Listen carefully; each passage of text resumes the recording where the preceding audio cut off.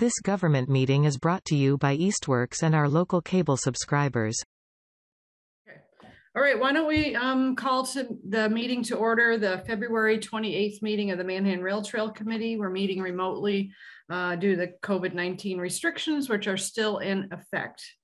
Due to some scheduling things, we're going to jump around the agenda a little bit, but why don't we get the minutes approval out of the way to begin with. I emailed that to all the members, and I wonder if everybody has had a chance to take a look at them and anything to correct or comments.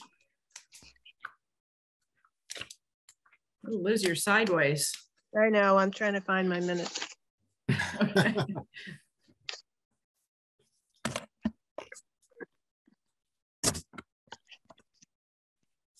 All right, well, do I have a motion to accept the minutes of the January, what was it? January 24th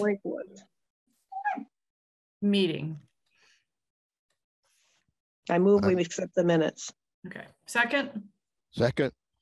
Okay, all in favor, everybody raise their hands. Okay, all right. Liz, I know you've got a schedule tonight, so yours are probably pretty short, maybe. Yep. So why don't we just hop right to your items? Okay. The first one is about Bike Week. I was approached by Sean Condon. You may remember when we were going to have a Bike Week in 2020. He had agreed to come to our bike breakfast and do bike tune-ups, and of course then we had to cancel. So he just contacted me a couple of weeks ago to say he's trying to, get his schedule going, and wondered if we were planning to do that again this year. So long story short, I contacted Jeff McCullough at Pioneer Valley Planning Commission, and he is again leading the charge to organize Bike Week. And I said, is there going to be a Bike Week? Because apparently statewide Mass Bike is doing Bike Month. And Jeff said, probably locally we'll just do a Bike Week, but he couldn't tell me that it hadn't been decided yet which week in May.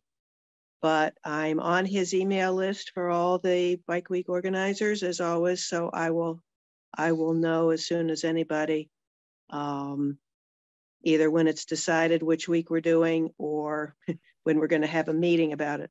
So stay tuned and be thinking about whether we would like to do an event again this year. And if so, if we would like to invite Sean to participate. So that's thing number one. Thing number two, I forwarded to everybody yesterday. I hope you all got it. I don't know if you remember, but a few months ago now, I agreed to work with Easthampton City Arts. They're putting a sculpture at Millside Park, and they wanted input from the community as well as from the arts people. On which sculpture was best. So they solicited proposals from a lot of local artists. And the short version of a very long story is that Peter O. Zierlein's sculpture, after several modifications, was chosen to be the one that is going to go on that concrete pad near the entrance to the park. I asked Pasqualina to send me a picture of the final version because it's rather different from his original proposal. She hasn't gotten back to me, so I'm sorry I can't show you what it's going to look like, but it's very cool, at least the last version I saw. Where is it going? Liz, where is it going?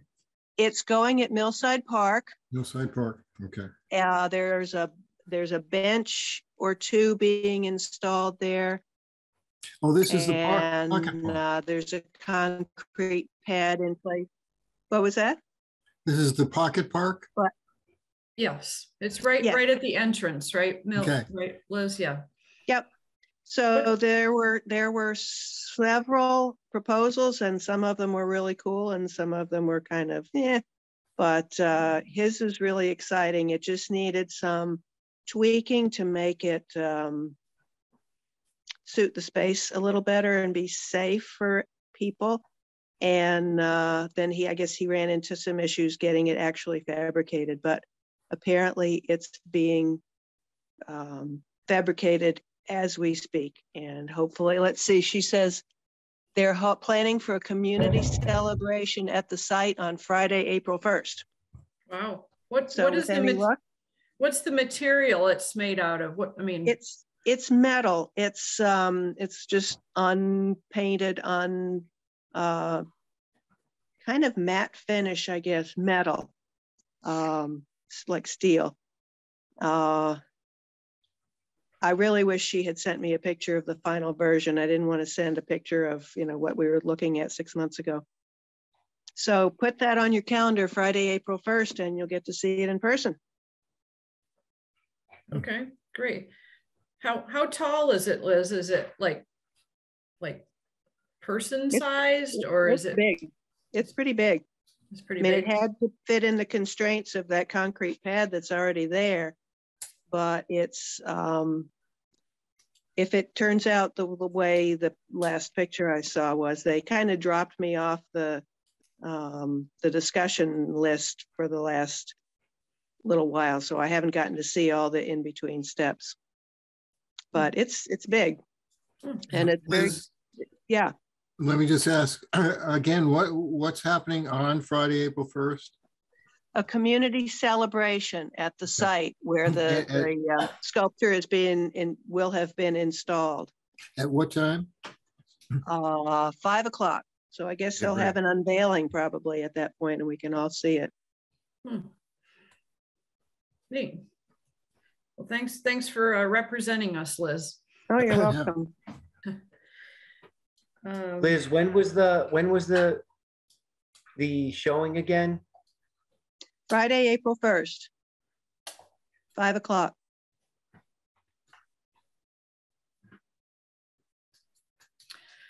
Okay. Just to throw, I just want to mention this so I don't forget. You're talking about Bike Week in May. They have set the downtown cleanup day, which sometimes we coordinate with and sometimes we don't. It's not going to be until May 15th, which is a Sunday. So I think our mulching work day we'll have to just pick another, we'll pick the 7th or the 14th like we normally do. But I just wanted to mention that the downtown cleanup day is going to be Sunday, May 15th. Okay. Yep. So, all right. Well, okay. Are those pretty much it, Liz? Did you have anything else those were the two topics, right? Those were the two things. And hopefully everybody saw that article that I sent a couple of days ago about the grant that was awarded for the Safe Routes to School and bike path connectors. Right. Yeah, that was great. Right. Yeah, Scott, that's a big move, big thing. Okay, so we have Brian from Williston and John. Why don't we dive right into the whole light thing, and we can talk about the bushes at Tandem, and why don't we get right into that? So John and Brian, I'm going to let you guys kind of take it from here to give an update on what's going on. Okay, Brian, thank you so much for coming. Oh, of course, John, my pleasure. Appreciate it. So what I did is I have Google Earth up, and I'm going to run down the line, and you can just jump in at any point. Okay. It might not be completely accurate, but I figured by doing it this way, it would be easier for people to visualize what we're doing. Absolutely. Okay, so here we go. We'll do this again.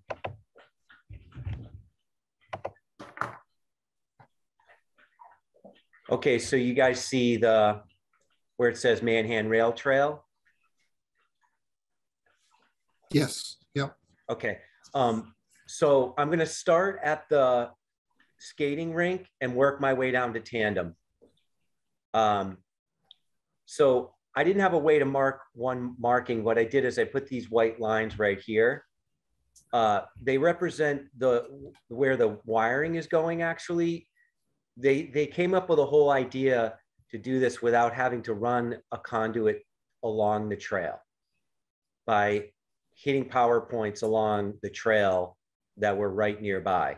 So here, what's going to happen is they're going to grab power from the skating rink and put a light pole here, which it's hard to tell from the picture here, but basically the bridge is right here. Yeah. So this light, these lights are made like our street lights work with, they're linear and they're going to shoot up and down the trail, something like about 130 feet. So this one is going to shoot down the trail this way and shoot under the bridge and down this way. Excellent.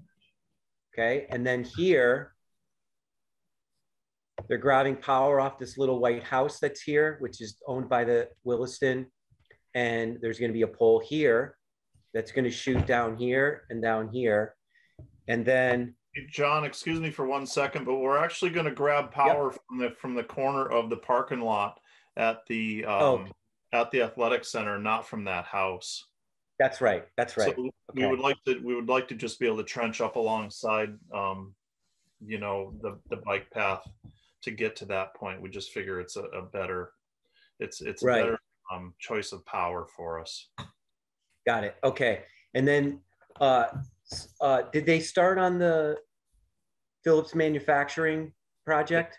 They did start. I don't know how far along they got with the weather the way it was. They worked there Thursday, and then we all know what happened after that. But okay, so there's going to be something like 6 fixtures, Brian, along the back here. That is correct. Yes, there's going to be fixtures along the back of this building here. Wow. That are going to light this whole section here. Excellent. Yep. Okay, and they had to fix their man lift, and it was parked there last week, and I guess they started doing those fixtures. They did, yep. And then next, there's a couple fixtures coming off the field. This is rough. Yeah, I forget exactly where, but somewhere along here, there's a couple fixtures, again, that shoot down in either direction. Mm-hmm. And then here, they're going to grab power from over here and do a pole right about here somewhere. And then they're going to put a conduit to avoid trenching again. They're going to put the conduit on the fence and go down into this dark part here and put another. Oh, great idea. Wow. Okay. So we're that, like, if as point of reference, we're going to be at the end of the fence, on the southernmost end of that fence is where there's going to be the pole, and then we'll come off of the pole and put conduit on the back side of the fence, so it's not going to be visible to anyone that's, you know, traveling the bike path.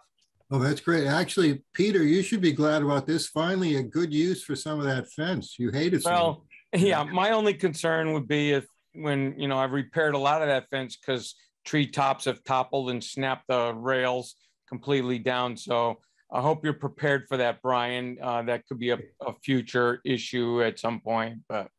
Yeah, we'll just have to cross that bridge when we get to it. And we're going to use EMT and not PVC, as Dan Whiteley thought that was a smarter application, and it's less chance to get damaged or vandalized for that matter. Okay, cool. All right.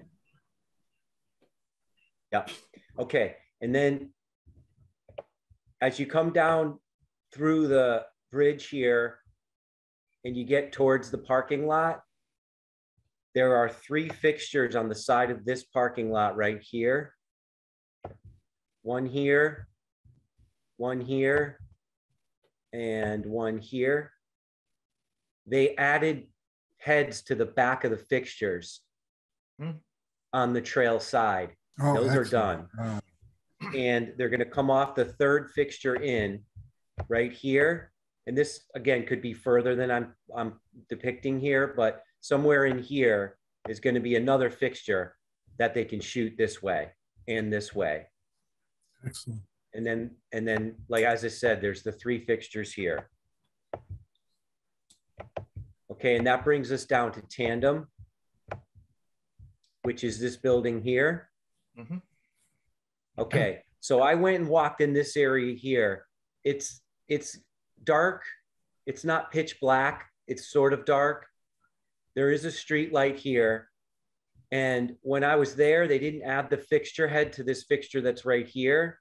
But this fixture did shine light into here. And I'm going to go look again at night. But I'm thinking that since they added a second head, that's going to light some of this. And then what they want to do is on the end of tandem right here, there's a fixture that's mounted right in the corner of the eave. They're going to turn that fixture this way to get this really dark part here. And then they want to add another fixture next to that fixture to shoot straight out on the mural. And then another fixture in the middle of Tandem's building where where they serve out the window, shooting out. And then another fixture on the end of Tandem. Wow, excellent. Shooting here. And then as you go further down the trail, there's lights inside this garden that light it up pretty well. Yeah. So John, what we were hoping to do too is where that ice cream window is on Tandem. Obviously they don't use it for that purpose anymore, but there is some pretty nice fixtures highlighting that window. We'd really like to leave those if we could, and actually move the fixtures. So we would be installing 2 fixtures onto the building. So, and that's where we get into the discussion about the trees. Yeah. So I have that too. Okay.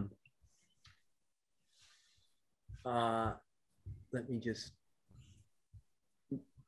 this stuff is over my.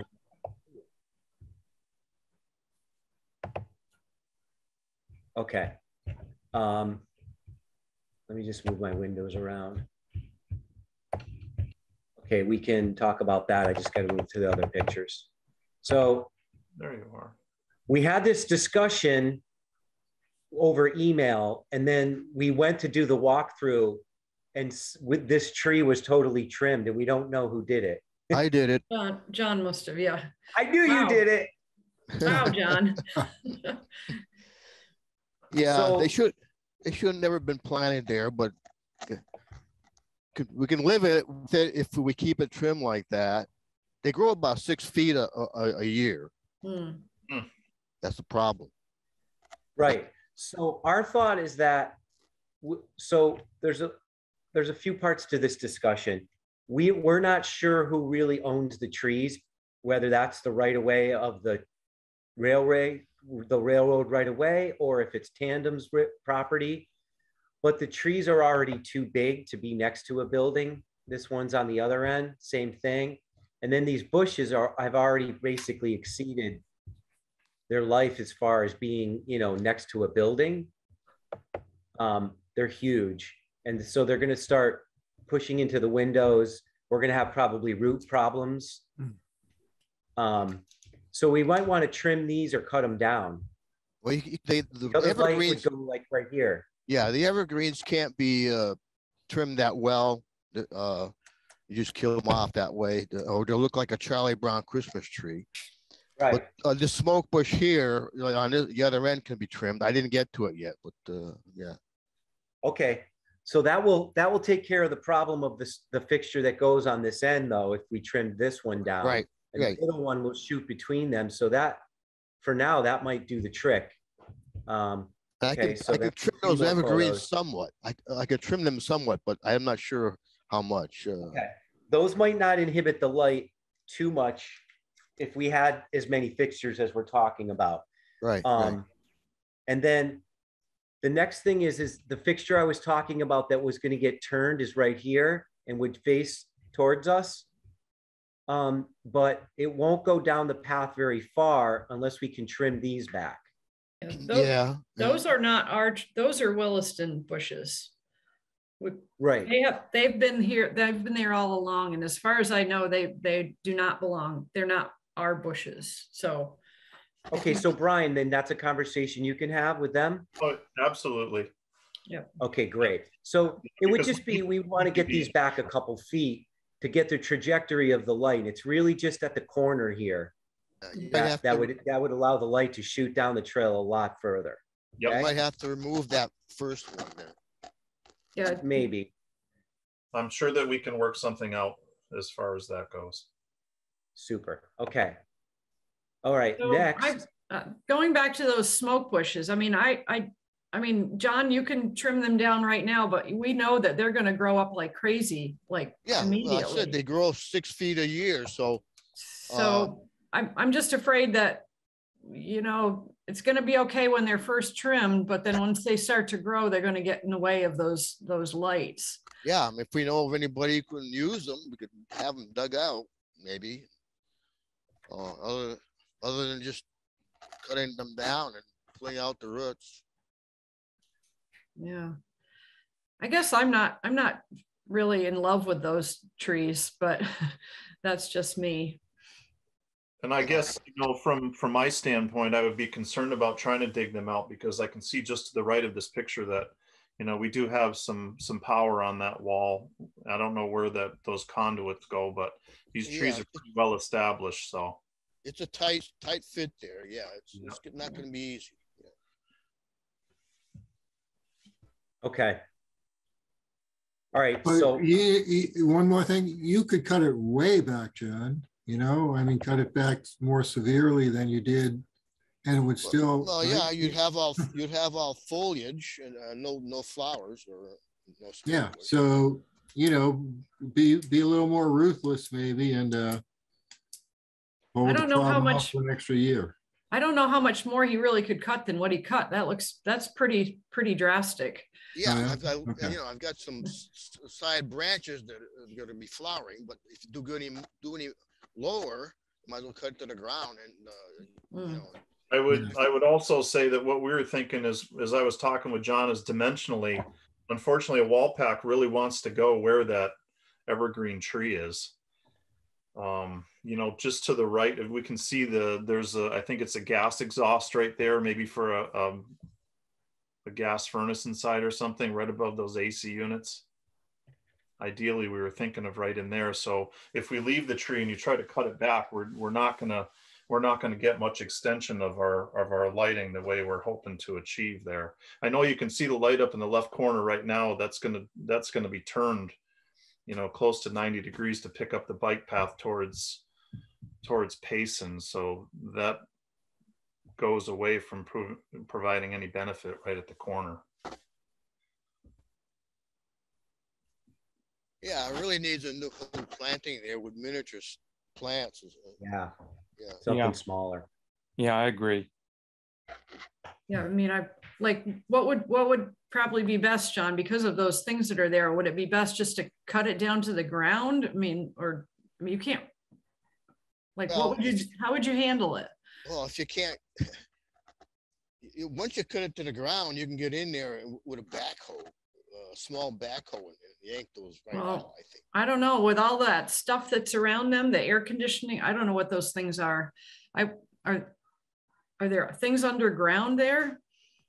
Well, you know, Barb, if I'm looking at it, I see the gas service to the left. I'm not sure where that's fed from, but we can find that out easy enough. But I would, if it was me running the machine, it's going to be, we're going to be being real careful because would always be concerned about that closeness to the building and what those roofs might be doing.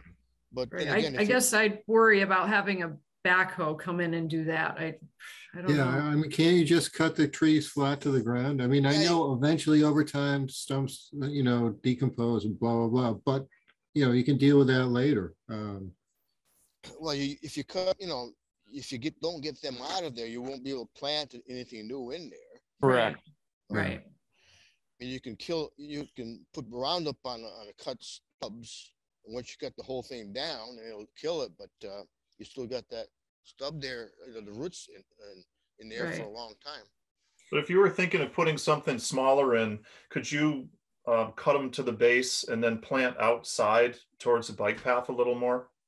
Yeah, there you go. you haven't got much room there though. That's No, the you problem. don't. Yeah. There's No. not much room though. And the roots probably go out. I mean, it Mhm. almost seems like you'd need to do some hand digging there or something. I mean, it'd be But hard. here's my theory on that. Barb, when we installed that mural, that was what, 2004? The tandem wasn't there. It was a classroom. A lot of that stuff was not on the building and sitting there. I don't recall in that time from then on that there's been trenching along that building to bury anything. But But that's just, yeah, there's still things right off the building though. All right, so let's let Brian check into all that. Yeah. Can I just For add, now, I'd say we just cut them. can I just add one It'll thing? look better than that. Cut Yeah. cut everything to the ground. Wendy, what do you want to say? I was just going to suggest whatever we do, maybe we can kind of camouflage some of those utilities. Because right now, Right.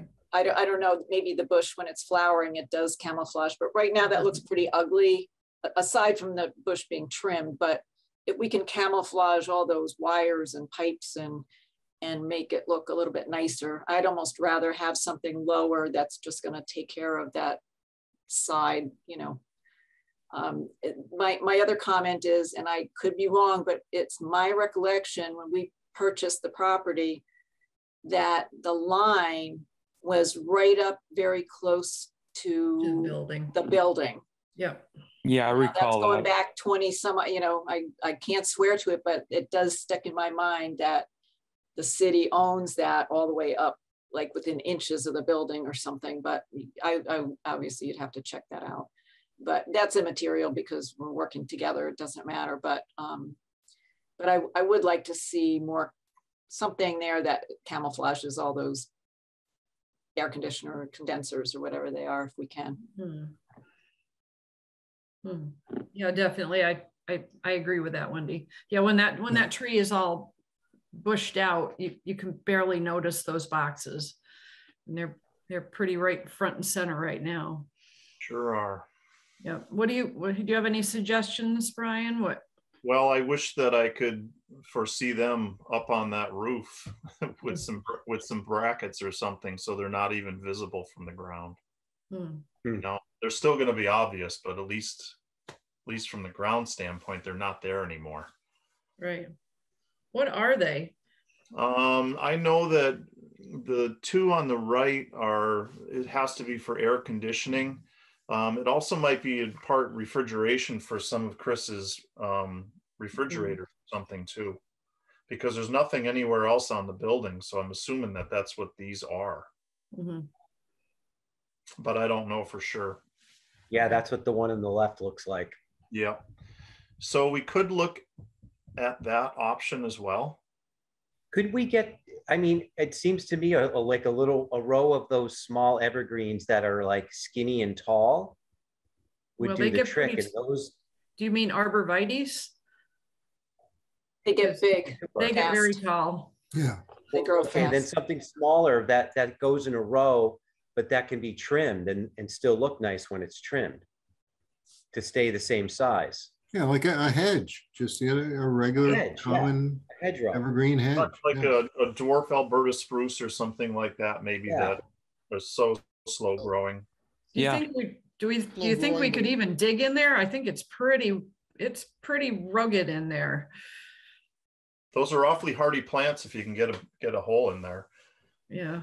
I mean, how tall do they get though? I mean, you know, you plant these trees and they're small when they go in. I have a couple in my yard that are probably 8 years old that they're not even 6 feet tall. So Yeah, Barb, they do sell and grow miniature dwarf like evergreens that take, like Brian said, forever to grow. So you could do your camouflaging and still get your lighting with that slow growing stuff.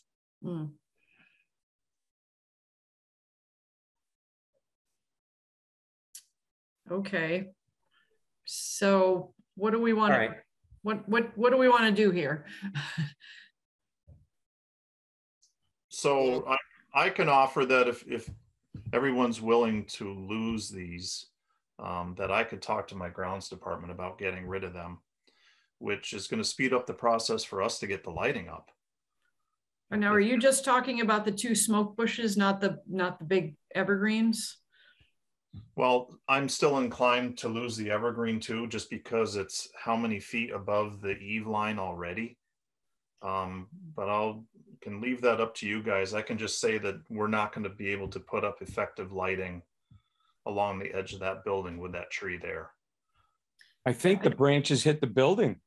Yeah, no, I think Yeah. what you were saying before, what John was saying, how it's impinging on the building anyways, I think it only makes sense to take it down. I mean, it's actually the far one in this picture is already going out to the trail almost. yeah. Right. Yeah. I mean, don't get me wrong. I hate seeing any tree go down, but it's beside a building. It's screwing things up. It's got to come down. Well, I also know that once those are gone, I have to plan on getting that side of the building painted because it looks awful. Oh. So that just helps me improve the look of it as well. well, Can I just suggest one other thing? And I'm sorry I've always thought that building should have like a little plaque or something saying this is the old railroad station. You know, it really wouldn't cost much. So just a suggestion. I don't know. I think if we take everything down here along this building, it's gonna, first of all, it's gonna shock people. And I think that we need to have a landscaping plan for like to do this spring. I mean, and I think we need help with that. I don't know, Brian, if Williston can contribute, but I think if we're going to take these down, then we need to have a replacement landscape plan in place to do this spring. Replantings. Yeah. I mean, and not just have a hodgepodge of something, have something done so it looks nice and can be kept under control a little better. No, we support that, Barb, for sure. We certainly don't want our building to look, you know, be an eyesore to the bike path. That's for sure. But you know, people are going to be like, I mean, if we take all of these down all at once, there's going to be an uproar.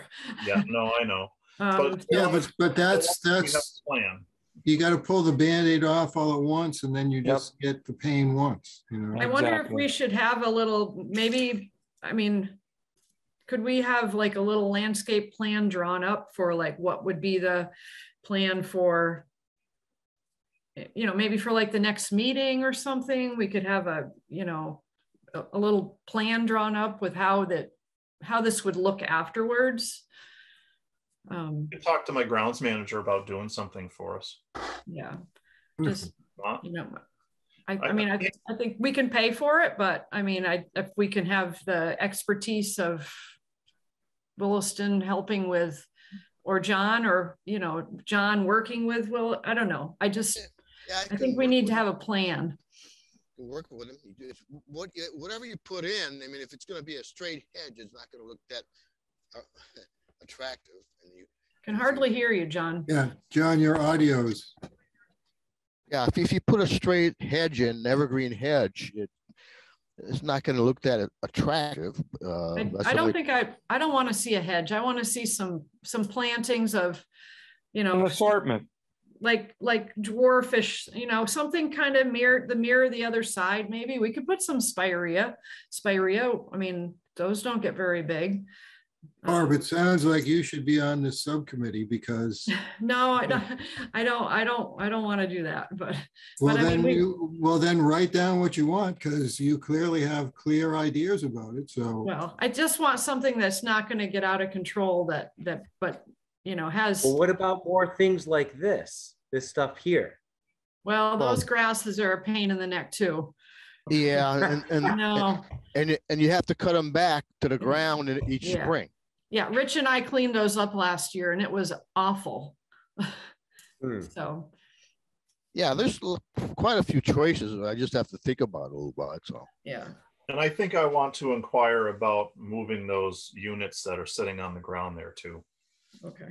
Yeah, if we could do that, that would solve quite a bit of the problem there. I will look into that, see if we can put them up on the Excellent.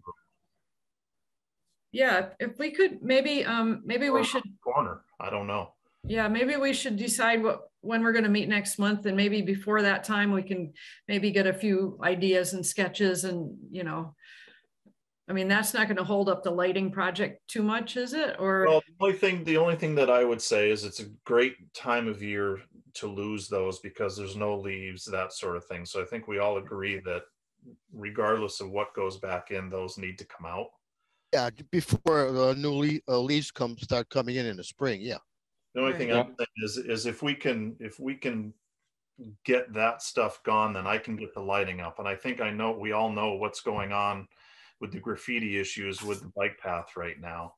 And if we can work on making it less inviting with lighting, I think we should be moving on that sooner than later. At least that's what I would like to be doing. yeah. Great. Yeah. This is fantastic. We're very glad you guys so are. while we're on the doing subject of this, I took some more photographs because there's some concerns Well, in a few other places. why don't we just finish this part up before you go back onto the, are you talking about further back on the trail? Yes. Okay, why don't we make sure we know what we're doing with this, and then we can go backwards. Okay. So is there a consensus? Do we need to take a vote on this, that the 2 pines and the 2 smoke bushes should be removed? Yes. Yeah. Yeah. Sure. Scott, I know that are you still on?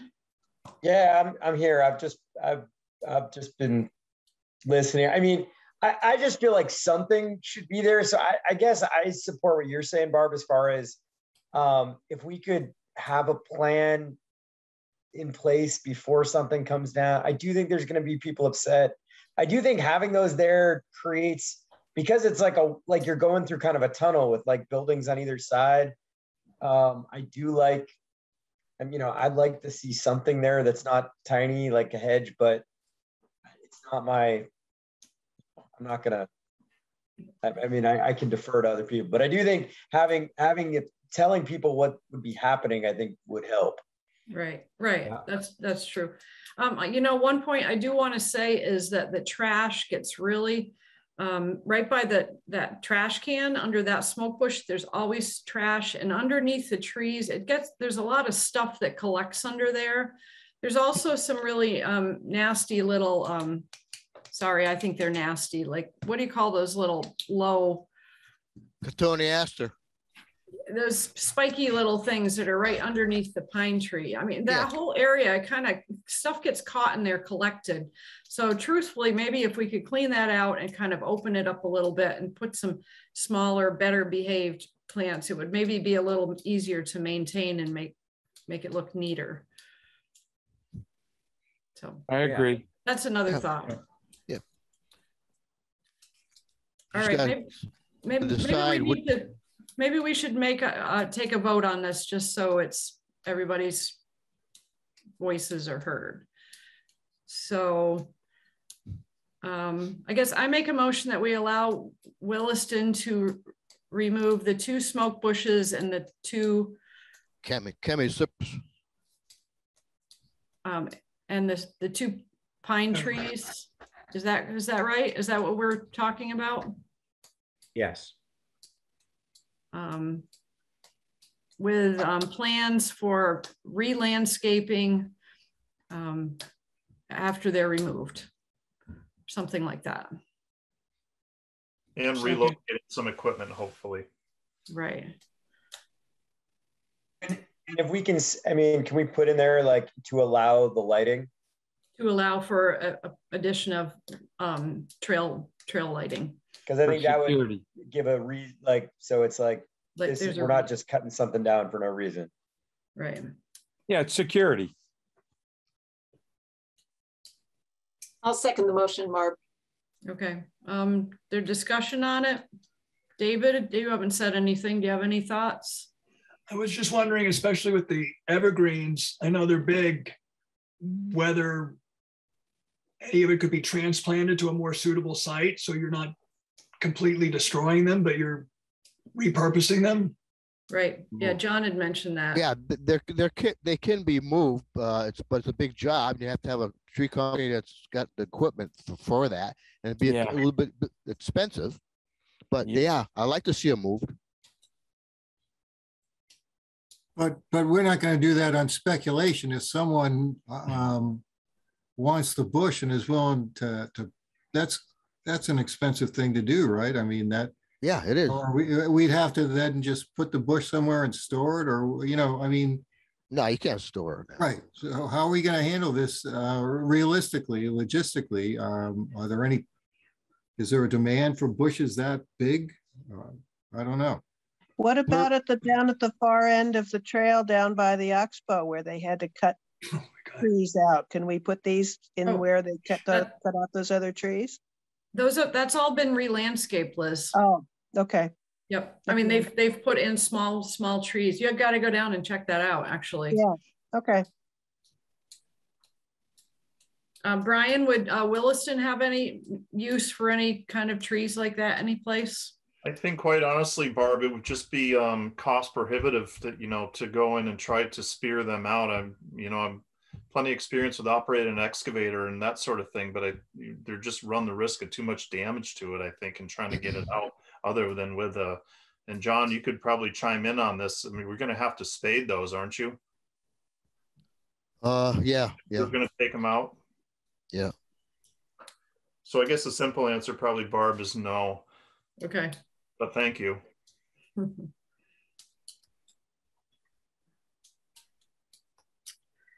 Okay. I guess we better take a vote. Why don't we do a roll call on it just to be totally safe? Let's see. I'm only going by who I'm seeing here. David? Sorry, Barb, can I just ask one? Oh, sure. Thing? Sorry. Just like, because it would be hard for me to vote yes and cutting trees down. Like, is there any way to do this without, I mean, I know they're big and I know they're blocking the light. I know that John's saying they should never have been planted there. Like, is there, I mean, like, is it really is there any way to salvage some of this? I don't know. Well, you'd have to find a tree company. No, you're talking about the lights, right, Scott? Yeah, to do that. If the reason we're doing this is the lighting, which I thought that would be like, is that the rationale? Right. Yes, right? I can speak to that. I mean, I guess we don't have to put the lights on the building. We could put light poles 6 feet in front of the buildings, like the rest of the trail. But I think that this is actually making us realize that those trees are too big to be in that place, because you can tell by looking at them that in 3 or 4 more years, they're going to be, especially the pine trees, because you can't really trim them, I guess, too big for the space. Yeah, they should have never been put in the first place. That's a plain fact. Yeah. There's no way that we could just take the smoke bushes down and somehow work around that and maybe trim up that building, up against the building a little bit.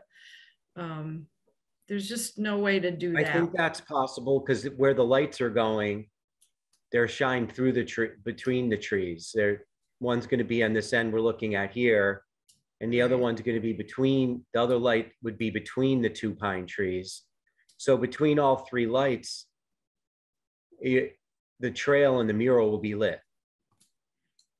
But it's my impression, I think, and Brian, I don't want to speak for you here, but it sounds to me like Williston would prefer these trees gone for multiple reasons, one of them being the lighting, but the other reasons having to do with the building. And if that's true, we're just debating about something that's going to happen anyway. So do you guys need and want those trees down? Please let us know. I just think that, they are too close to the building. I don't want to see them go down for the sake of the bike path and you know, the beauty they bring. But I can also look at things from the maintenance of the building standpoint. And I also want to provide the lighting that you guys are expecting us to put up. And I just don't think we can effectively do that and leave at least the, you know, the evergreens up. If we were just to take down, leave the evergreens up, I still think whether it's a year from now or 2 years from now or 5 years from now, we're going to be having this discussion again, because they're going to be every bit as that much bigger and creating more of an issue. Yeah. So Yeah, I agree. the only other thing that I could foresee is if these were to really get trimmed up, and I know with the evergreens we can't do anymore, but that would probably be looking at the building across the street and considering some other sort of lighting that would accent the mural and also light the bike path at the same time.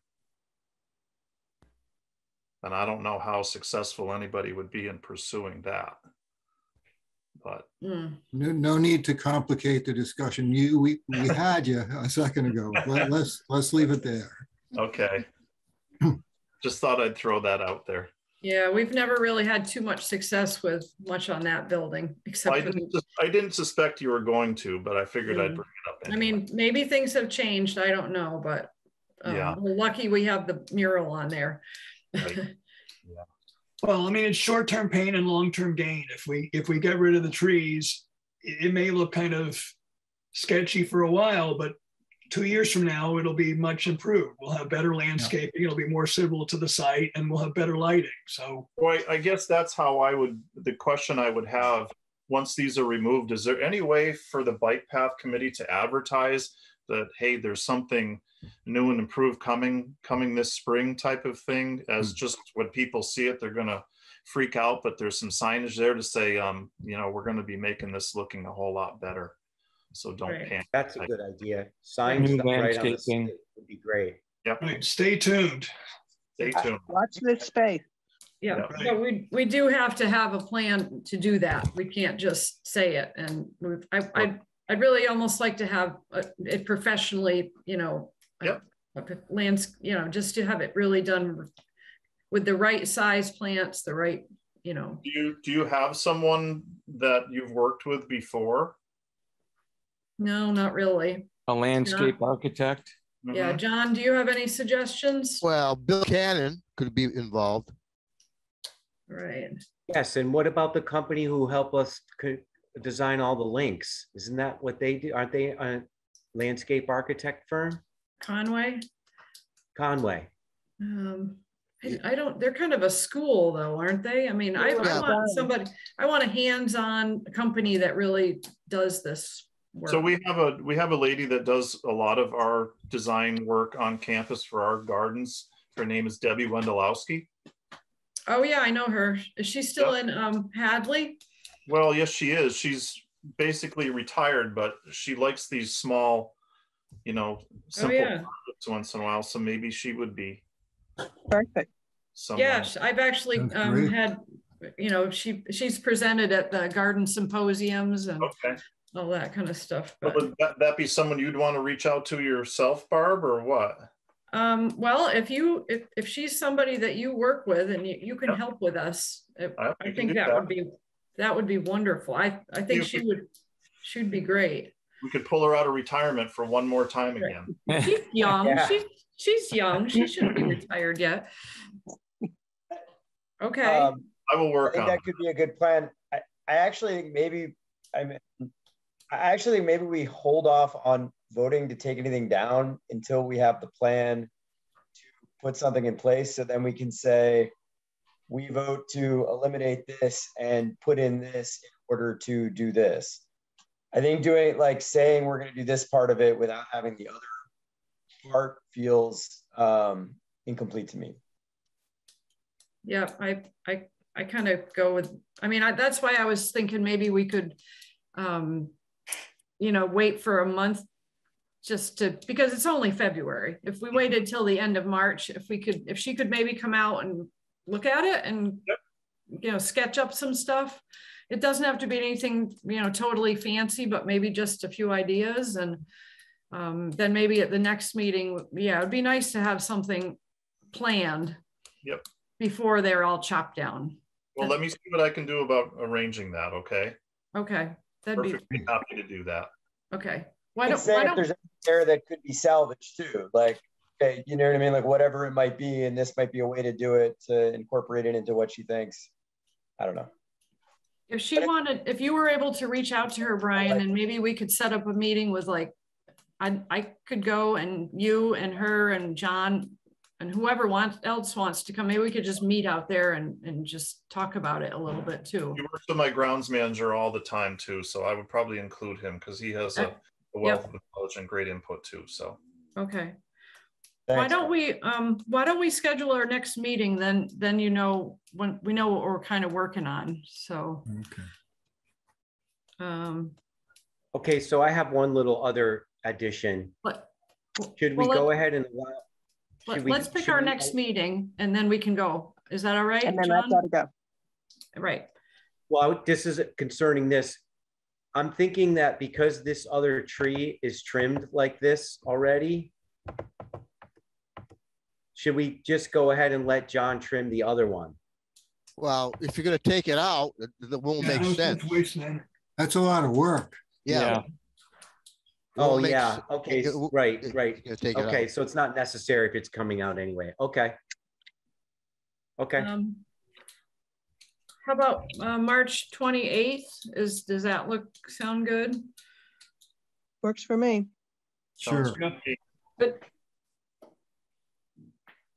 Sound good? Monday, March 28th. Okay. All right. That'll kind of give us a target that we can try to get together and talk about it. And then take the formal vote at that time. Does that sound good? Good. Yep. Okay. Yep. All right, folks, I got to go. Take care. Thank you. Okay. Bye-bye. All right. Okay. All right, John. Okay. So I'm just going to go back down the trail and talk about a few other tree issues that came up during the walk. So there's this area that's by the parking lot of sort of the gymnasium thing, that they're going to dig a trench through here to bring a light to, like, there's the light pole, and then to the left was where the light would go. So they would like to clean this up as far as the bittersweet. Sounds good. And that kind of stuff. Because it takes over and kills the trees. Okay. And then I don't know, Brian, did you guys want to do that, or did you want us to do that? Well, I think our intent would be is that we're going to have the machine there to do the trench work, conduit. So, you know, we're going to be forced to be doing some cleanup with the machine just by nature of getting through there. So, to what extent we go to is you know, probably to be determined, but right. All right. Okay, definitely, so that's okay. Bittersweet. And then next is, there's this whole area that's next to the skating rink that is very overgrown with bittersweet and a lot of dead trees. And I took a bunch of photos so that you guys could sort of get it. That actually was cleaned by Williston quite a few years ago. It used to be a lot worse. Yeah, and so they would like to clean this up, whether it's us or them or both of us together. But John, stop volunteering us, will you? Yeah, I don't think what do you mean us? Who's us exactly? Well, I don't know. I don't know who owns the property, or you know. I say if Williston wants to do it, Williston should do it. we right? thank you. We thank you very much. Believe me. Right. Okay. So, you know, because there's a lot of trees like this that are going to fall over soon. They're dead, and they're a lot of them have the bittersweet growing up them that just needs to be cleaned off. And we could keep a few of the nicer trees, but there isn't that many trees. Okay. And then on the other side of the trail, there's some dead trees that are going to fall on the trail soon. And I just took a few pictures to let John and Peter and all of you guys know. So there's this one that's at the top of the wall. So this is looking down towards Phillips. So there's that. And then there's these. These are right off the trail. The bridge is right here. That's dead. That's dead. That's dead. And they're on a hill in such a way that when they finally go, they're going to fall right on the trail. And I don't know who owns that property, John. Yeah, if it's not in our, if we don't own it, John, and dead trees, we can't cut down every dead tree, you know. Okay, I'm just making you aware. Yeah. Well, and I just want to point out from an ecological standpoint, the dead trees or snags provide, you know, places for woodpeckers and other species to use. So they're sort of part of the ecosystem. So they do have some value. Yeah, but I'm talking about these particular ones, and some along Nick to the right of these are already leaning towards the trail. Okay, well that's different. They're dead and they're gonna fall on the trail soon. And there's a lot of them. The question is, whose trees are they? I don't have any idea. Well, again, I don't know how wide the trail property actually is. Yeah. So it might be worth doing a walkthrough in the spring and looking at some of this stuff. I would be happy to do that. I became aware of it because we did this. So, okay, I think that was it. I do actually have a couple questions about the lights themselves, especially along the stretch with the apartments. I just want to make sure that the lights that are being planned are not going to be something that's going to be shining into the apartments. You know, with all the issues we've had with the new LED street lights, I really don't want to have, you know, light pollution right there by those apartments. So these fixtures, as we're being told by the you know, by the supplier, is that they are quite directional. They're more of a spotlight than a street light, which really washes. These are directional. But in talking to Dan Whiteley, he is figuring on purchasing shields for them anyway. Okay. For the sake for those apartments. Okay. But we have to remember that in order to gain what we're trying to achieve, that they are going to be bright. There's no sense on trying to hide this. To what extent? I mean, their distance of run is about 130 to 150 feet each. Okay, we just have to really understand that if you know, I mean, a lot of the area, it's not really going to affect any houses, but there are some apartments that are very close. And I personally don't want to be taking flack from people who live there. Well, you know, Barb, they don't know most of us, so you're the person that's going to take. So I scoped that out. I think we need to be sensitive. And I scoped that out there, walking with Brian, and we talked about it in depth.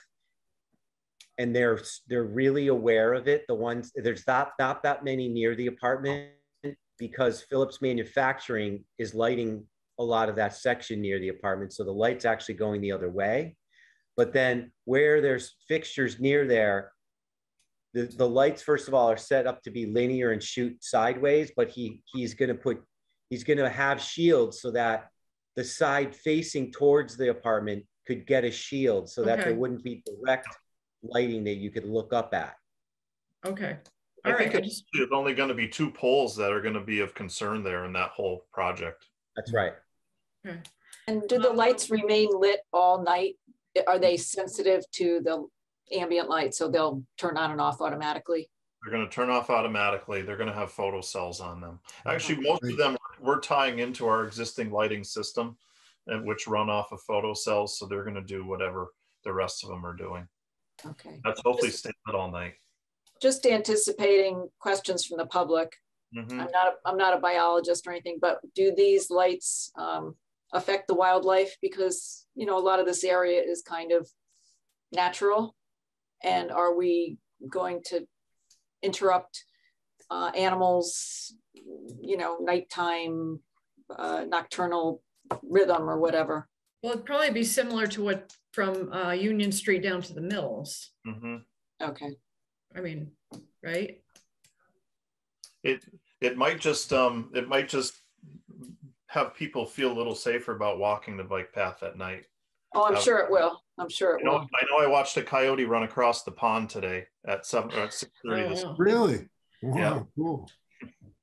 I just had one other question. You're talking about running the conduit on the fence. Now that conduit, I mean, it's like, it's safe, right? I mean, Oh yeah.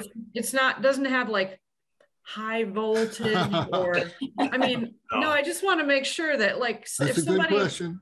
if somebody runs into that fence and damages I just don't want anybody getting fried. Yeah, no, electrocuted. there's no danger to anyone, Barb. It's you know, the wire that's going to run inside of it is fully encased, and someone would have to take and cut through the conduit, which they will need a hacksaw to do, you know, to get involved in that. So it's going to be very deliberate for there to be an accident. Okay, because there, you know, vandalism can happen to like almost anything.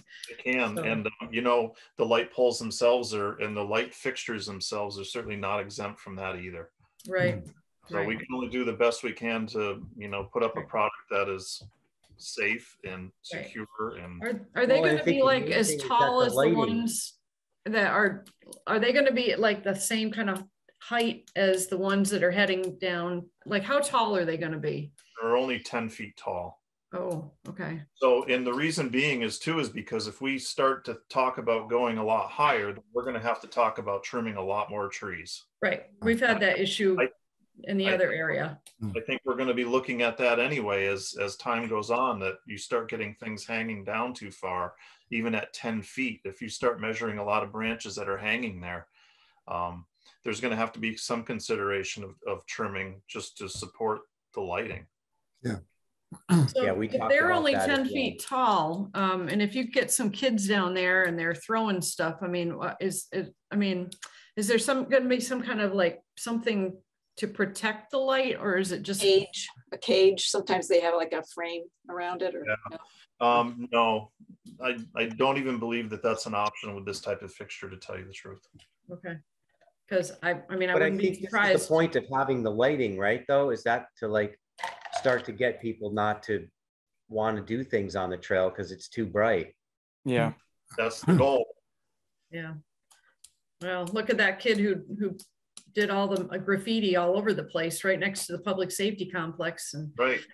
You know. You know, and the last time, you know, I think it was your shed that got hit again down there. That was after we had put up those new heads. Yeah.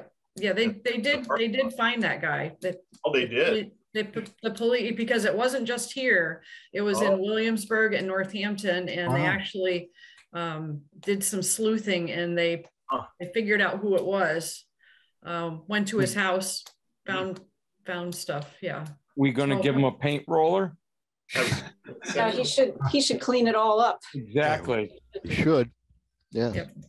And just so everyone knows too, when it comes to everything that's being done on Phillips, you know, because that's been hit really hard, is when the weather allows, we'll be taking care of fixing all that. Yeah. Okay. All right. Well, thank you for all this. So you'll work with your landscape guy and Debbie Wendelowski, and you can touch base with me, and if we want to meet out there on the site and talk about it in person and have something to bring back on March 28th. I hope I'll be back in touch within the next day or so, that we've got her cornered and we can get her to come up. Okay. And if she doesn't want to do it, then we'll have to, you know, find out, you know, who else we can bring in. Plan B.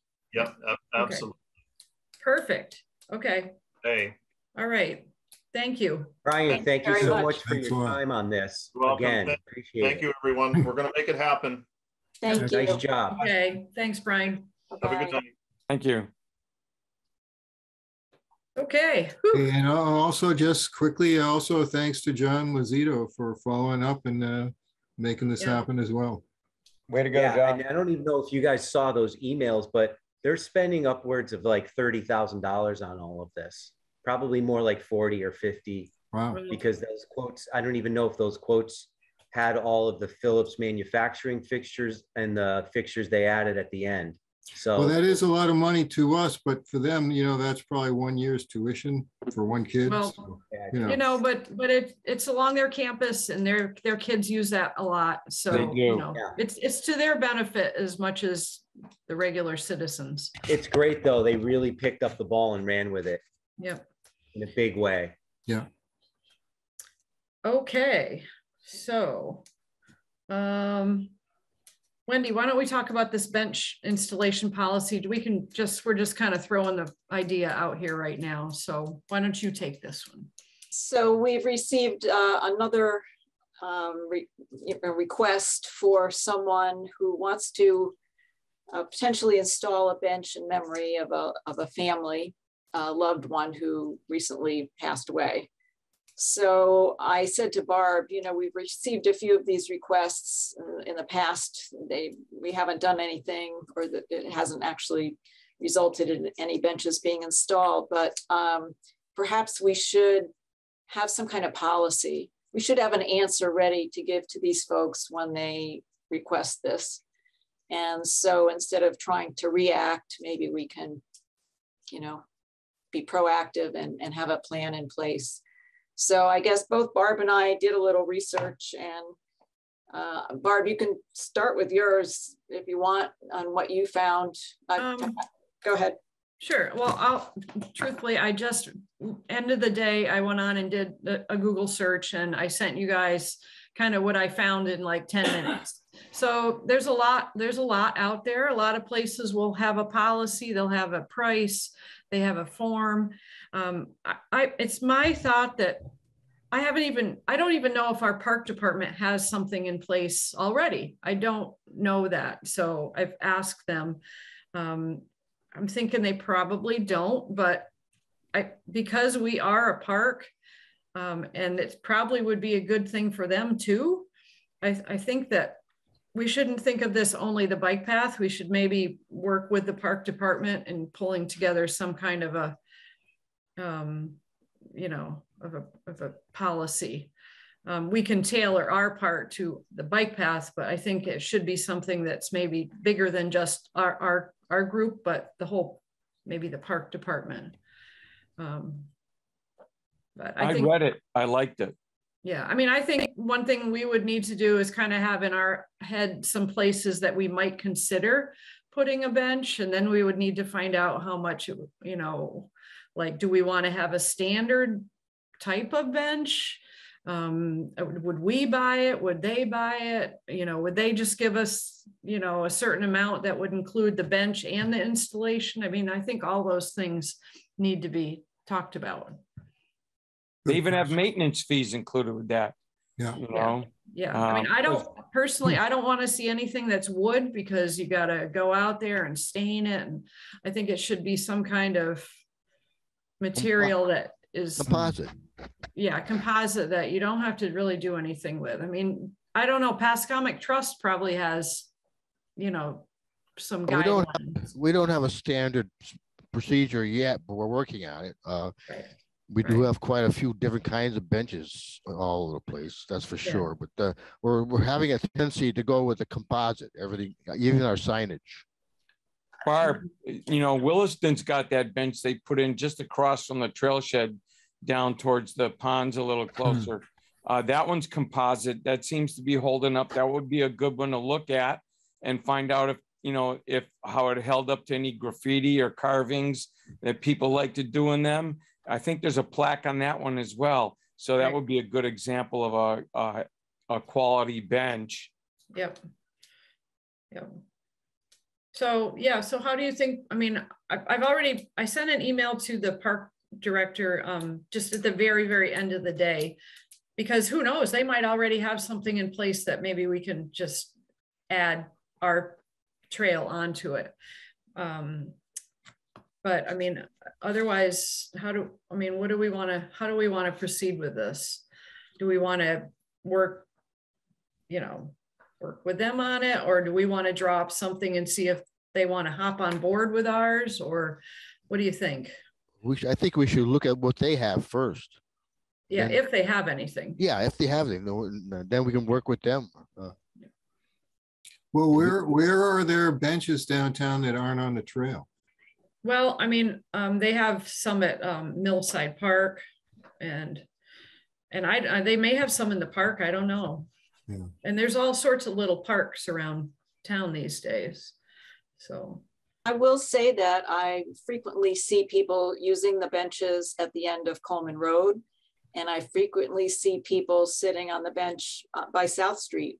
So they do get used, the Oh, ones yeah. that I see. The ones don't that get Peter down to the mentioned other are end. used all the time. yeah. Yeah. But I also know that those benches require a lot of maintenance because Rich had to redo them all. Right. I mean, Yeah. and some of them do need work. So I would really like to have a set kind of low maintenance bench. Yeah, Good idea. a good No. idea, yeah. A no maintenance bench. No maintenance.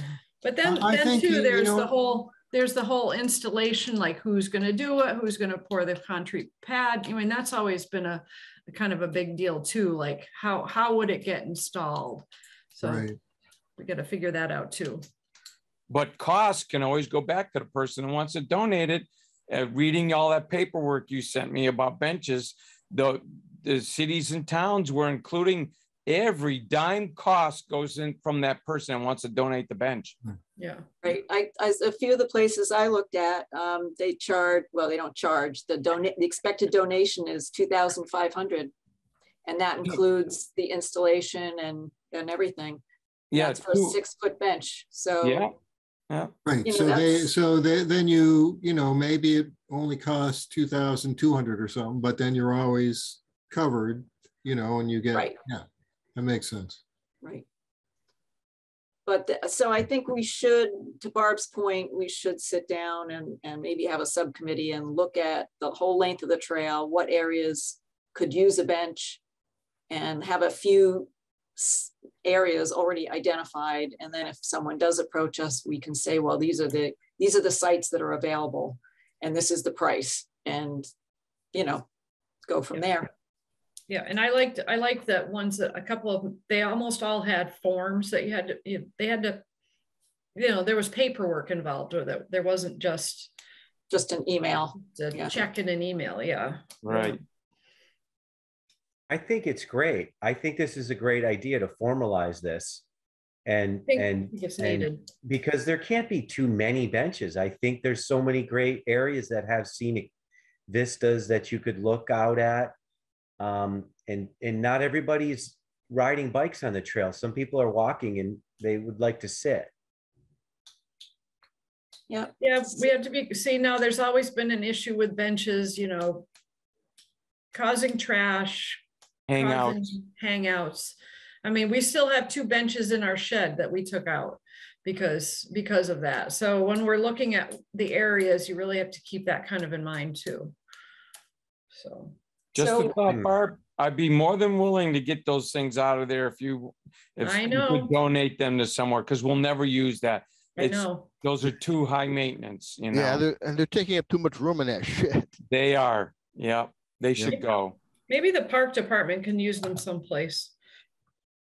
Yeah. An idea. Yeah. So Barb, why don't we see if somebody wants to be on a subcommittee and have 2 or 3 people? I would actually take those and maybe I can help the Parks Department install them down here at the Strong Street Playground. I mean, they're nice benches, but yeah. Because they're looking at doing a few different things at that park. Yeah. They wouldn't want these. Wendy, do you want you and me and who else? Maybe one more person? Don't everybody volunteer at once. I know. As a subcommittee, is that what you're talking about? Yeah. Yeah. I'll join you. Okay. All right. But it would be helpful to know sort of in terms of the land that sort of constitutes the rail trail and sort of belongs to the city? Like, what's the width off the trail on each side? Is there a set amount minimally? It varies, Yeah, you know, actually. It's not, that's come it's up a not few the times same all the tonight. way along. There's certain areas where it's wider than others. I think Yeah, I most think it's places a good where idea people for would us to- want to, well, sorry. Most places where I just people would- would want to bench, it would be pretty close to the trail. I mean, so, I mean, I I wouldn't, think it would help us logistically. It came up 3 or 4 times tonight about this whole property designation. Is there a way we can come up with the original purchase and get the landlines? I mean, I have some rolled up plans. I know I don't have the whole trail, but I have the main trail, but I'm not an expert on knowing what the lines are. On the original plans, Barb, there was the trail shown within the right of way, and it swings from one side to the other as it makes its way down the linear path. The railway right of way has always been in 11-foot increments, 11 feet, 22 feet, 33 feet. That's how the railroad did stuff. The assessor's Case maps, 11. I mean, I don't know, the assessor's maps may have it on there. I mean, it might not be totally perfect, but I'm not sure. It probably does show where it is because it has everybody's lots in town. So I'm looking at it right now. I'm looking at the GIS map. And the planning department should have it because when we bought it, I mean, Stuart, we would have had that. I mean, I have it someplace. Yeah, it was in big giant rolls. You're talking about. Yeah, yeah, it's on there. Yeah. But to answer your question, I don't think that would matter for the benches. I don't think they would be pushed back that far anywhere, but I guess it would be good to know for sure. Well, and also in terms of how close do we want it to be to the trail? If we have a little more leeway, maybe we don't want it right next to it. Less chance of somebody sort of veering off their bike and hitting it or. Mm-hmm. And also, you can't put it in the middle of Timbuktu. And we've had this discussion years ago about putting it in the middle of somewhere where you get kids hanging out. And that's just what they do. They sit there, they harass people. They got a bench away from people. They're smoking, anything, drinking. Yeah, it's an issue we've seen. So it's got to be in, like John originally said, there, like vistas, a spot where it's a lookout. Hopefully in an open area, not a secluded halfway between, say, Williston's Rink and South Street. That's not going to work, Right. Right. Well, that'll be part of the process, I think, is a survey of the trail to figure out, potential spots. And so does it require putting in a cement pad, and then do you need an actual cement truck to be able to get to the spot, which would maybe rule out any sort of inner places? That's a good point. Well, I think you do have to have a pad or something because you can't be worrying about mowing underneath it. It has to be, and then there's the whole handicap accessible, we have to think about that kind of thing too. It has to be flat right off the trail. So whether it's gravel or it's just got to be something that's easy to mow around and maintain. So now here's a thought too. Again, we have some leeway here. Bench donations, replace the crappy ones that we have with something that you can put somebody's name on, like Oxbow and, they want to donate a bench. Great, rip those out. I know Rich put some time into there, but rip them out and put one that never needs maintenance again. South Street Crossing, rip that thing out, and somebody wants to pay to put that in there. Put a good one in there, and keep to the one style bench that works everywhere and make it uniform. Right. Yeah, well, the only reason we took those, they were free. They were from Burger King. That's right. They were inside the benches. Yeah. No, that's true, Peter. Yeah, we do have some benches that probably could be replaced. Yes. So, but I would take this opportunity to add a few more benches and replace those Right. later, but Yeah. I guess And we well- have to really do an assessment of where they would be best. Exactly. You utilized. say that, Wendy, but you got to make sure you've got a location for it. We're Right. not really swimming in spaces that you can put these benches, you know. So we're doing this now. Let me, we started out, this is speculative for if someone wants to donate a bench. We're not talking about us going and looking for places for us to build a new bench, are we? Correct.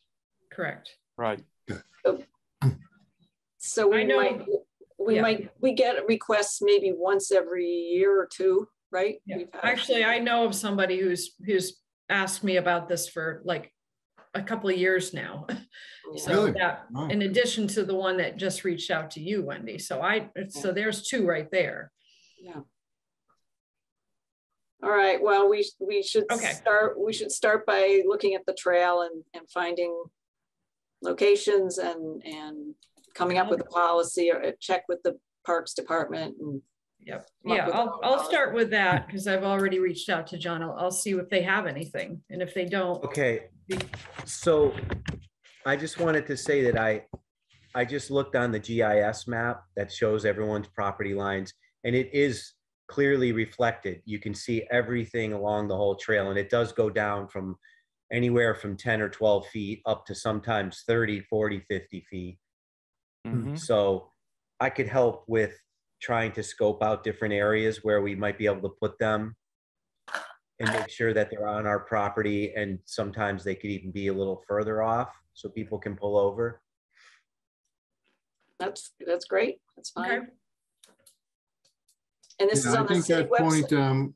about pulling over, and I think David mentioned this earlier. If you notice in Northampton, they put their kiosks so close to the trail that to read them, you have to stand in the trail. So you want to get things away. You want to get people, Agreed. you know, out of the range a bit, you know. Yeah, and I think it's actually a good idea to make the slab large so that people can put their bike off the trail. Okay, well, these are all good things that we can work into the policy and have Right. kind of a, you know, an example of how it would be set. You know, every place is going to be a little different, but some standards that we can have that. That's an idea, though, you know, to include one of those maybe bike racks, the Yeah. single one beside a bench, and then you have, right, you have your pad big enough to accommodate both Yeah. things. Yeah, it's an idea. It's a lot of cement, but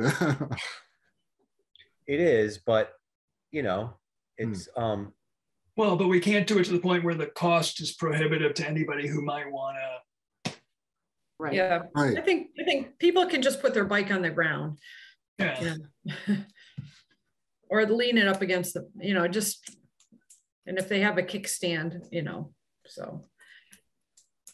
It's not like they're camping out there. so. Right, they're just stopping there for a short time, not to go have a lunch or something. Okay, all right, is that good for that? Is this a place to start? Yes. So we'll just, the three of us will find a time and we'll chat or meet or in person or Okay. whatever. Okay. All right. The trail map project. Oh, Wendy, what was the story on that? The grant was not expected to be announced for a while, right? It's a couple more months, right? Was it June or May or something? Yeah. So we won't know yet. Yeah, so we kind of, we had the initial meeting with Northampton to talk about the trail maps, and everything was kind of like, let's just get right going, and they've got the application in, and now we kind of have to wait for a bit. So things are on the back burner until we find out about the grant. Is that right, Wendy? That's my understanding. Yeah. Okay, so that's where that is right now. All right, I sent you all the email with that open meeting law training. Yeah, thanks, Barb. Yeah. I'm not a I pain. know, I don't want to do it either. Everybody is supposed to take it. There's 2 sessions that are coming up. Do you know how long they are? I do not. I'm hoping not too long. So is this like with an instructor? It's a Zoom class. Yeah. Oh my God. Everybody gonna fail. Oh, I'm Yeah. gonna need some coffee for that, Barb. I know. There's Oh, I it's thought it one- was an online thing. So there's It a certain is. date we have to be there. Yeah, it's an actual class. Yeah, March 8th, I think at 6 o'clock. And the other one was, I don't know. And the other one was March 22, I think. Oh, okay. In the afternoon. I 3 signed up o'clock. for both of them, and then I'll just cancel the second one if I take the first one. So. Yeah. Did it used So to if be everybody like could it try was to like do an that. online thing? You just did it like it. No, just leave me like Yeah, why last year. couldn't Yeah, you no, just I do it yeah. yourself whenever, or can you Yeah. view a recorded version of it? All I know is what they sent in the email and I forwarded it on. I'm sorry. Yeah, I signed up for the 8th. So anyway, I wanted to bring that up. So if you can try to do that, I think that'd be good. And who does this include? Because I'm not a committee member. You're technically not a committee member, Peter. So if you don't want to do it, you don't have to do it.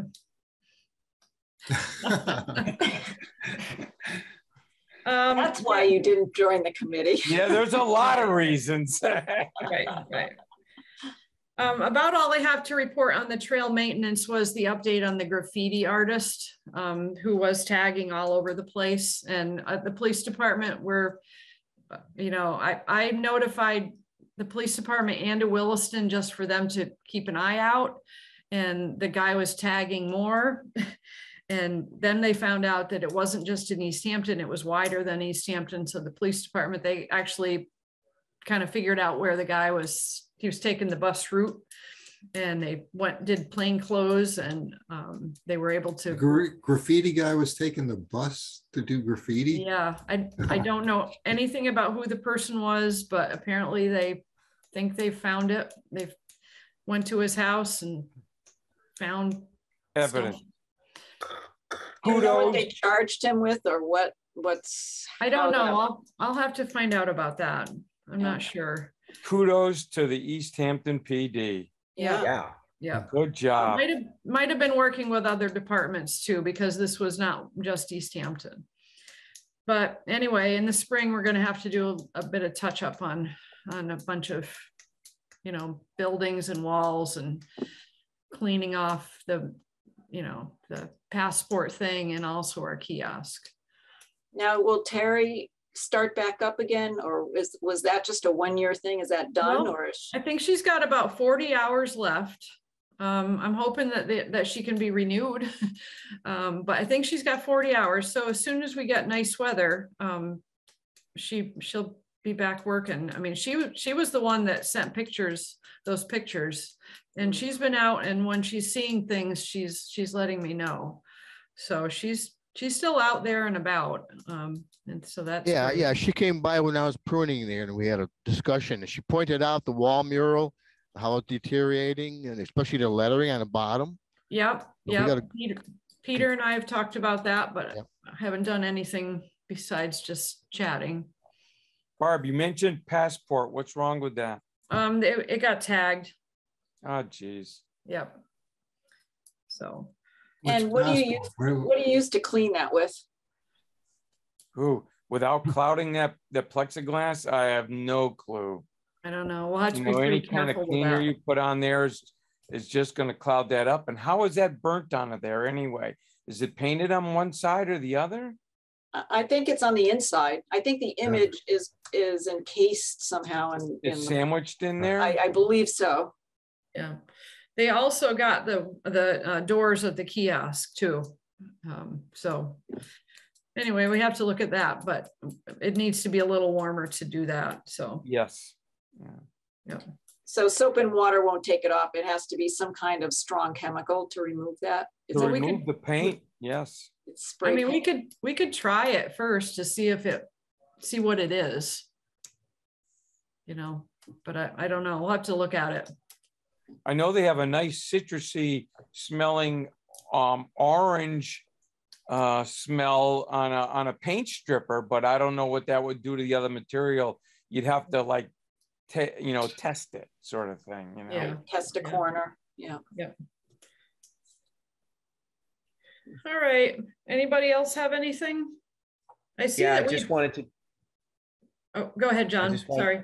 I just wanted to give a small update about Westfield's hearing. I sat in on their hearing for their northern section. Oh, yeah. Yeah, so it made the news. I don't know if anybody saw it, but so they actually this was their third hearing because they had 3 different link ideas for this northern section. And this latest link was they had an A and a B and a C, and the first link was the one that goes along the railroad, but it seems as though because the railroad is very active, they're not going to be able to use that.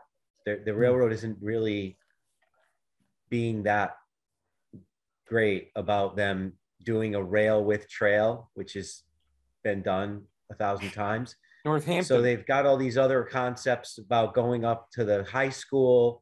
This last concept that they brought up at this meeting was going up to the high school and through a neighborhood and down by the pike. And people got up in the meeting and were really like, you can't do that. It was kind of awesome. But they're Barb right and now, Wendy and Peter and John, they're familiar with that, believe me. That their discussion right now only goes to the Southampton Road School in Westfield, which is on Route 10. It doesn't have a plan to go all the way to Sheldon's. Okay. So, Southampton's is already on the docket to be done in the next few years from Coleman Road to Sheldon's.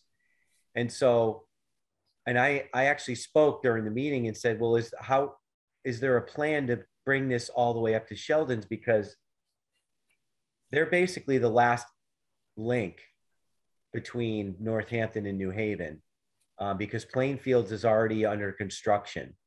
And Plainfield, Connecticut is the only other open link. And it's good that they're already starting to work on it now to try to get it through, but it sounds like it's going to take a few years, and that's really going to hold the 85-mile stretch up, I think, because it's going to take a few years to get even just the plan, a couple of years probably just to get the planning in order for, and I guess Mass DOT already has some sort of plan to do some coverage up Route 10 because it's so wide that they can at least put bike lanes on both sides of the highway. Great. But that still doesn't get all the way to Sheldon's, unfortunately. So, but anyway, that was interesting. And that's my update so far. So I was going to ask Chris, I see we had a guest this whole time and you have your hand up. What can we, what would you like to say? I just want to jump in for a second. And admittedly, I am 5 miles up the snow-covered trail in Northampton, but I was on the Westfield call as well. And I actually ride through that gap a few times every summer. And the state proposal on Route 10, they're actually going to put a bidirectional lane on the on the west side of Route 10, which I'm not really thrilled about because it has the whole going in the wrong direction of traffic at intersections aspect. But yeah, there's a lot of space on Route 10 and you can kind of do that. And then the other thing you can do is go across after 10 and 202 split, you can go across 202 to Hampton Ponds, which also has a shoulder, though it feels hostile, but there's space. And, it's not the rail route. But what's then interesting and kind of relevant to the question that I actually logged on intending to ask was that after that, you end up going up County Road and ultimately come out on Park Street at the Williston School. And that has some interesting interactions with the city's new state grant to build that mile of path along Park Street. That in a way it almost actually becomes part of the trail connection in the absence of the complete rail from Southampton's part from Coleman to Sheldon's, and then someday Westfields from Sheldon's to the river.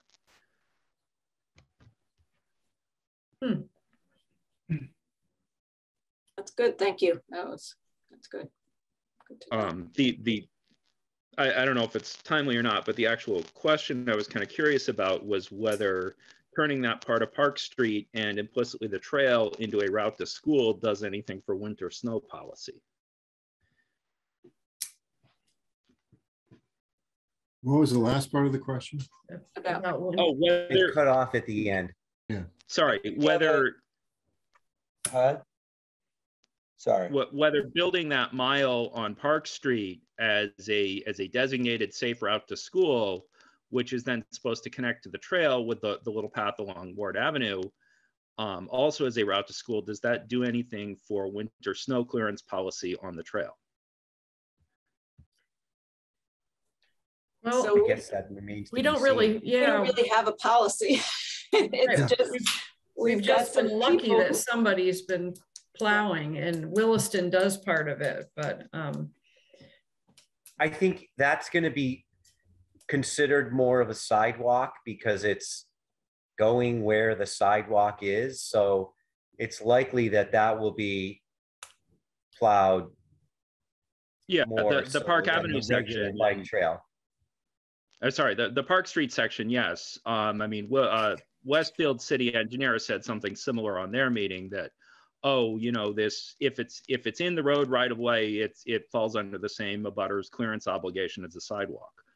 What I'm kind of curious about though is if the city has gotten this state money to build a path specifically to connect the school to the rail trail. If kids are going to use that to get to school in the winter, what about the rail trail? oh, yeah. Is the city committing to paying the rail trail, or have people thought about that yet? Now, I'm biased because I just want to ride on the rail trail from Northampton, and there's the part between the city centers, which is obviously a whole different question. But I was just kind of curious, you know, where thinking on that was within Easthampton itself. Well, I think the city's never been able to do the bike path plowing because they just don't have the equipment or the men. But luckily, you know, Williston's done it, and we've had volunteers that have done it. Whether this will make it something that the city will have to commit to, I don't know. I find it kind of interesting though that when you mention it, when they do make that wider sidewalk, the Sharrow or whatever they're going to call that trail thing, is it going to be the responsibility of the property owners to keep that clear, like it was a sidewalk? I think that's asking quite a bit, truthfully. No, I know that Jeff has talked about this like in another meeting. I don't know if I think it was in connection with the CPA, and that he thought that there would be a discussion between the school department, because obviously it's like the school department right now clears the path from the circle down to the school. Mm-hmm. And so, you know, whether they would continue on doing some of it and whether like DPW would do part of it. So I know that those discussions are happening, but I know that the thought was not that it would rely on the abutting home. Yeah, I really don't think you can do that, especially because it's going to be twice as big as a regular sidewalk. Exactly. And I think that's a lot to ask any homeowner to do, truthfully. But that's an interesting. I think that was already, it was discussed, and right. That was not the plan. But as far as the path, I don't know. If we can just continue to have the cooperation of Williston and volunteers, but that's not something that's ever guaranteed. So I guess that'll be a discussion for down the road. Just along those lines now, I noticed this last storm, not only before it was plowed like to the line, right? It looks to me like someone in Northampton is now plowing there. And not only that, someone plowed the extension as well. So, I mean, they're plowing the whole thing now. Oh. Well, that's interesting. The last time I tried, I got to Grove Street, I think, in Northampton, and then once I went up the hill, it was just dangerous, and I turned around. Oh, I don't know, about further in Northampton. But I'm just saying, from when I was in Easthampton, and I walked to the line, and I could see that it was plowed further into Northampton. So, That's the first I had seen that. Yep. Getting better, but somewhere there's a gap. Yep. Well, I don't think Northampton has like the rogue plowers like we do. We have people who go out there and plow. We don't even know who it is. Yeah, it's like mystery people. We do on the little bit from King Street to the river. That's DCR, so the city doesn't do it, and somebody's been occasionally doing it. But my understanding is part of the part sort of south of central Northampton into Easthampton, somewhere I don't know, is also DCR rather than either of the cities. Yeah, of course, it has been a nice light winter. We haven't had much snow. If we had a winter that it was snowing and snowing and snowing, I wonder if it would always be plowed. That's a good point. You know, I pretty much think that we won't get too much more at this point, but I sure hope not. Anyway, you're an optimist. You're an optimist. It was great to get your thoughts on all of that. So thank you. Okay. Well, thanks for joining our meeting. Yeah, really. All right. I think this has been long enough. We've had a lot of stuff to talk about tonight.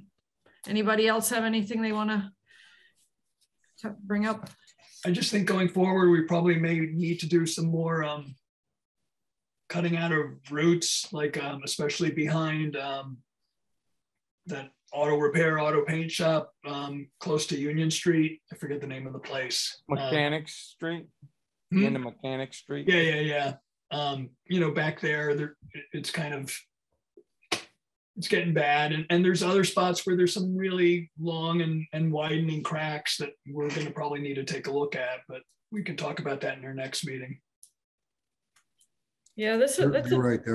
This is a tough subject, and I know we keep going round and round and round about it, but I just don't really know how best to handle all those root issues. I just don't know. But I think we handle them the way we've been handling. You know, we identify them, and when they need to be done, we do them. I mean, what else? You know. Well, we haven't really done that. We've done that with the DPW on major spots, but the little things.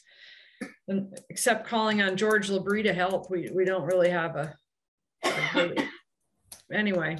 But we did it last year. We had We've done it a bunch of times. That's behind the mills. They do it. Oh yeah, we did the part down by Millside Park. Yeah, that was expensive. It was. I mean, it's not cheap, but you know, I think we have money. We need to use it to keep the trail safe and passable and maintain it. Go ahead. If we run out of money, then we do fundraising. Nope, I'm not doing that. And Scott, go ahead. You seem I just wanted to say, because I think since our last meeting, because from our last meeting it hadn't happened yet, that while we've talked about already, but we did get the grant obviously for the path extension to the school, and I just wanted to say thank you to all of you. We first talked about it years ago.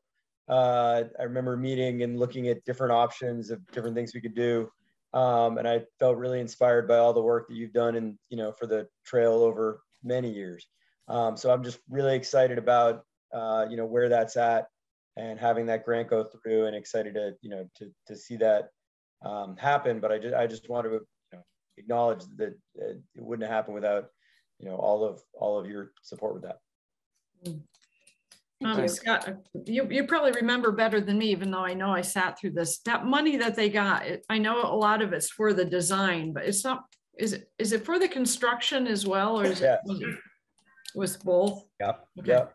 Yeah, it's for pretty much everything. The only thing it's not really for is land acquisition, which is why I went up for that little piece of right at the end of Word out there. Phillips. Yeah, by Phillips. Yeah.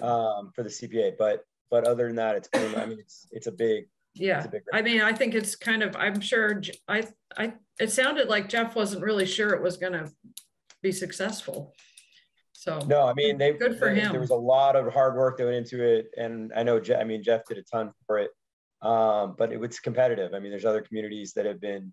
That applied, but we really have been trying to do a lot, with the schools and showing support from the schools. And we had a really successful walk a few weeks ago winter, we did a hot cocoa walk to school event, and we had over 60 kids meet at the public safety complex and walk to school. We actually walked the route. So we walked down the path, but then we went underneath the bridge and crossed through the hockey rink parking lot and back across Park Street. We had a cop block the traffic for us, and then on the sidewalk, kind of highlight the route of the new path. But we had 60 kids there, like, you know, people in the winter. So it was really awesome. And, you know, we've been doing a lot trying to, you know, show how Easthampton supports this. So we were pretty thrilled about the grant. Yeah, no. Yeah, well, Scott, you're the man for us. I mean, you're the one that deserves, you did all the work for us, where we just talked about it. So thank you. I think Jeff Bagg too needs some accolades as well for, he seems to be a real mover and shaker with these grants and having his finger on the pulse about when they're available, and then being very artistic about the way that he writes the grant to get the money, because again, Scott's saying this was a competitive thing, but he was able to write the proposal up, so he won. Yeah, again. I mean, working with Jeff has been great. I mean, he really, you know, he's done an awesome job, and thank you, Steve. But in that grant, like, one of the things that was in there was the Manhan Rail Trail Committee saying that this was one of the top priorities 5 years ago. You know what I mean? And that shows when they're looking through these things, seeing that this has been something that we've been looking at for years, foresight makes a big difference. So, you know, it's been a years-long process that I think we've all been involved in. So, yeah, yep, good work. All right, everybody, it's getting late. Let's go. Barb, one quick question. Okay. Any update on that bollard at the other side of the Lovefield Street crossing? I talked to Greg about it. He was off last week. He's ordering. He has some orders, some covers on order. Truthfully, I can't remember. We did talk about it. That's got the broken hasp on it. I have the pin and the padlocks here. Yeah. So yeah, I saw him wandering through the halls today, but I know he was out all last week. So okay, I'll ask him again to see what was up on that, because I can't remember. All right, no problem. All right, is there a motion to adjourn? I'll make the motion to adjourn. Second. Second. All in favor? Aye. All right, so March 28th at 7 o'clock. Thanks, everyone. All right. This government meeting is brought to you by Eastworks and our local cable subscribers.